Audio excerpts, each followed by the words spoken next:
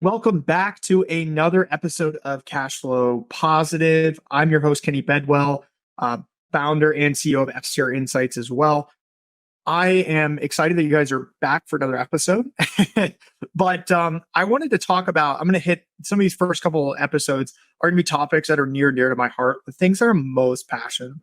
Hope you feel that as I dive into these topics. Remember, these part one episodes, they're only 15 minutes. So I'm going to jump right into it and help you guys. And today we're talking about finding cash flowing deals in 45 days because this is really, really challenging. I have heard numerous people say that finding deals is nowhere like it was a few years ago. 2021, 2020. I mean, you could offer 100K over asking and still have a deal that cash flows and makes money. I mean, it was kind of like shooting fish in a barrel. It was really, really easy. People didn't miss. Now, as times have changed, the market has corrected and has shifted. It has gotten a lot harder. And it's actually become a skill that you have to tune and you have to do it in the correct way, or you typically don't find anything. And I hear a lot of people say, I'm suffering from analysis paralysis, or things aren't penciling out, or it just nothing seems to be making money today, or whatever it is. And the reality is that that is true, but it's how you're looking and what have you been looking for. And so when we apply a successful methodology, which I'm going to give you guys today, my 5 steps to finding deals in 45 days or less, this is how you find deals. This is how you make it work. And this is how you find that opportunity, that needle in the haystack, in the most efficient way. That's the most important thing I want to teach you guys. And what I want you to walk away with is, how do I find a deal? But more importantly, how do I be more efficient with my time instead of spinning my wheels looking at nothing or looking at too much? Because our bandwidth is limited. And that's why we're doing this, is to minimize how much time we have to spend on work, right? We want that freedom and that flexibility. And so this is my roadmap, my strategy to finding deals in 45 days or less. So let's dive into it. Remember, I am going to be screen sharing something that will be on the YouTube channel, the SR Insights YouTube channel, by the way. And it's just my roadmap. I'll go through it for podcast listeners. You're not missing really anything out, just a cool little graphic that I didn't make, but it's there to help visualize what I'm talking about. So let's do it. Okay. So each one of these steps, these are 5 steps. So the first one is understanding your ROI goals and preferences. Okay. This is so important. I'm going to dive into this one in great detail. We kind of talked about that in the first episode with what are my cash flow goals and why does that dictate where I should invest? Number 2, targeting the right markets. Where should I invest based on my goals?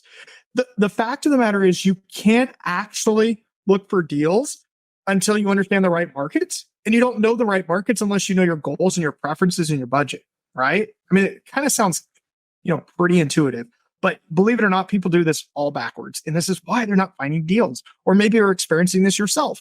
Hopefully you have that aha moment while listening to this episode. Number 3, finding the sweet spots. Okay, I'm going to talk about different types of sweet spots and what that really means, but basically identify the opportunities of things that are working in the market and what's not working. One of and this is going to sound obvious, but people just it doesn't register in their brains for some reason. Housing prices in every market, even a lot of vacation markets, do not reflect or correlate to the revenue of properties, meaning that people cannot price their homes in most markets based on the revenue of the property. I see people try it all the time. And what happens when they go under contract? Their home doesn't appraise because the appraiser doesn't really care about the revenue of the asset, the short-term rental, because it's being appraised as a residential home. Because short-term rentals aren't legitimately a commercial asset yet. It's not recognized by the big banks as a commercial asset. Therefore, they're being appraised as residential homes. Really cool fun fact, you can get commercial loans for short-term rentals. We call those DSCR, debt service coverage ratio loan, or even portfolio loans too. So you don't have to do just second home loans. Just a little fun fact, a little nugget I'll sneak in there for you. But still, the big banks are not recognizing short-term rentals as these cash flowing assets. Therefore, they get appraised as residential real estate, which can be advantageous for you when finding deals, meaning that the price of homes doesn't necessarily get impacted by the revenue potential of that property.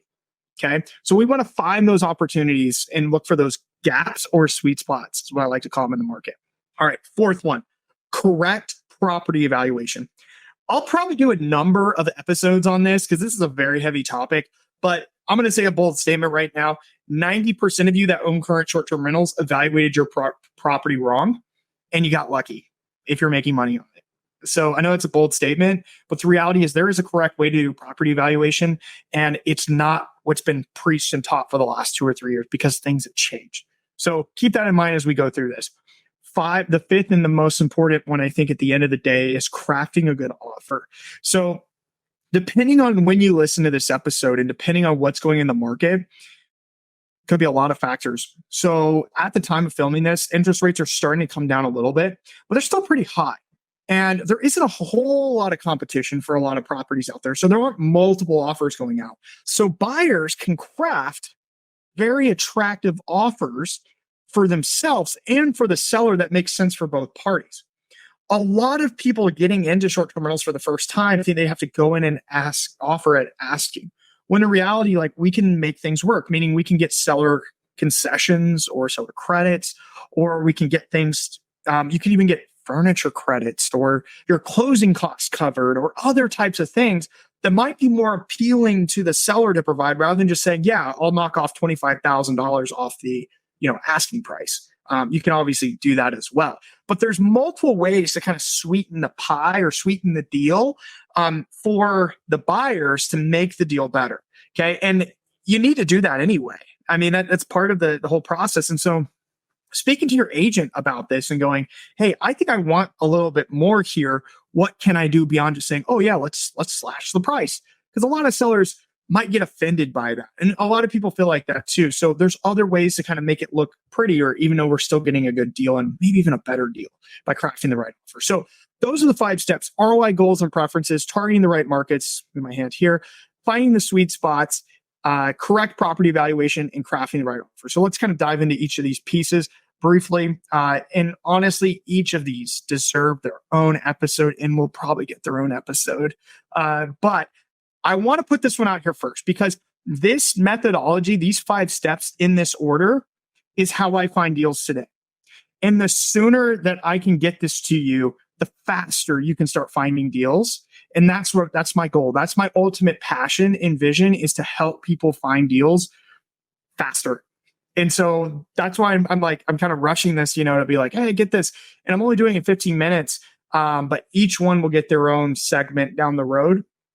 And so you can better understand how to maximize each one. Okay, so ROI goals and preferences. We did talk about determining your cash flow goals, but there's really 3 things. When I talk about ROI goals and preferences, there's one that it's not mentioned here, but it's part of it. I call it the big 3. So understand your budget, okay? Before you can actually go and look for properties, you need to know what you can afford, all right? There are 5 things that go into every single STR investment. I want you to write these down. Your down payment, okay? So basically what you're going to pay for if you're financing, which most of us are. Your closing costs, usually about 3% of the loan. Your any renovations or updates. So even if it's light, like paint or, kitchen countertops or even a gut job, like that needs to be budgeted in. Your furnishings, design, decor, and furnishings, and then amenities. Here's something that I learned the hard way on one of my purchases. Properties that come, quote unquote, turnkey, meaning they're ready to go. They're ready to be rented out day one. They're never ready to be rented out day one. There's always something that needs to be fixed, replaced, or redone, especially the furniture. You need to come into these properties and add your own flavor. Even properties that are cash flowing, making a ton of money, go in and make them better. Okay. Now, you don't need to spend months and months, which people make that mistake doing, but you need to go in and make them better. But you need to know what your budget is from the very beginning. So your budget consists of those 5 things, and be prepared and like I said, I'm probably going to do an episode on this because I have like a formula and all these little hacks for that too. But understand your budget and what you can afford, and know that you have to buy furnishings, and you probably have to add amenities and all these other things to the property to make it ready to go. Budget. Next one of the big 3, ROI goals. We talked about that in the last episode, to know what your cash flow and your cash on cash goals are. Okay. These will help you and guide you for the next step, which is targeting the right markets. The third and final one of the big 3 is understanding your personal preferences. So like, do you want to be in markets that are seasonal? Most markets are seasonal. Okay. Is that okay with you? What about proximity? I have a good friend who calls it two camels and a mule. She doesn't want to have to take two flights and drive 5 hours to get to a property. She only wants it to be a direct flight away or only a 4 hour drive. But everybody has their preferences on where and what and why, and even the destination time. This helps us eliminate all the potential markets that don't make sense. Okay. So identify your personal preferences before you start looking for properties and markets. So now that you've done those three things, you're ready to graduate to finding the right markets. Okay. Finding the right markets is based on like five things. Determining your budget. So making sure you can afford to be in that market, understand what you can afford in that market, how many properties are currently in that market. And I don't mean that from a saturation standpoint. I actually mean that from a resource standpoint, meaning that if there aren't a lot of cleaners and handyman and maintenance people and other people in that market, there's only like 3 properties. How hard is it going to be to find those? Okay. Really, really painful. So do not go into markets that have less than 100 active listings unless they're part of a general region, meaning that there's other markets around them that have a lot of properties. So for example, I think of North Carolina, Fletcher, North Carolina, which is south of Asheville, like 20 minutes south of Asheville, has like 80 properties. Okay, well, Asheville's right there and it has thousands of properties. So is Fletcher too small? No, it's not. So, but whereas like in the middle of nowhere, Kansas, that's a different story. The final piece of this and determining the right markets is once you know what you can afford in a market, you need to identify properties that are generating the revenue of what you can afford in that market. So if my goal is to make $100,000, in terms of like gross revenue for a property, okay, and I'm looking at a market and I can only afford 2 bedrooms, and there are no 2 bedrooms making $100,000, is that an investable market for me? No, it's not. The fifth and final point with identifying the right markets, what's the regulation in the market? Can you legally STR there? If you can't, it's not an investable market. Sweet spots. Let's talk about that. Third point. So sweet spots are opportunities where within the market you can invest. It could be a certain bedroom count performs better than others. It could be certain neighborhoods or certain locations. It could be particular amenities like pools or hot tubs or big time amenities, like even like big backyards or properties with views or properties with decks make more than others. But find the sweet spots in the market and those will help guide you to the best deals. Fourth, correct property evaluation. Once again, I'm going to do a whole episode on this, probably a couple episodes to be honest, because this is a heavy topic. But correct property evaluation starts from the beginning, especially with the sweet spots. Identify the properties that are comparable in nature and look at their rents. And you need to evaluate on a range, okay? There is not a single property that if you could tell, Kenny, how much is this property going to make? It's like throwing a dart at the wall to try to be precise. The reality is it won't. So if I said $100,000, the probability of it actually making $100,000, even though I'm really good at property evaluation, is very slim to none. It's either going to make above it or below it. If that's the case, then you need to evaluate on a range. So correct property evaluation not only starts with understanding the right comparable properties to look at, but evaluating properties on a revenue range, on a good, better, best case scenario, and then using that to calculate your returns. Fifth and final, we kind of talked about this one already a lot, is crafting the right offer. So if a property might not work out, but if you can craft a better offer to have it work out, a lot of times that's where the deal sits. It doesn't necessarily sit at face value, meaning this $500,000 property, it's a deal. Go for it today at $500K. It might make sense at $450, or it might make sense with just having less cash into the deal for you. It depends on your goals, depends on your preferences, and depends on the other aspects too, the market, sweet spots, and the evaluation. But craft that right offer, and that's where you can kind of put the cherry on top of a really sweet deal. Guys, this is my strategy, my 5-step strategy to finding my roadmap, I call it, to finding a deal in 45 days or less. I do it all the time for my clients, and we'll have some people on. I'm gonna have a client on. We found a property in like 3 weeks. It's our first one, and we're going to hear her story and how she did it applying these 5 steps. My name is Kenny Bedwell, host of the Cash Flow Positive Show. Hope you guys enjoyed this episode. Be sure to tune in for the next the part 2, where we listen to someone who actually applied these steps and how they did it, because that's the important part. And good luck out there, and I'll see you on the next episode.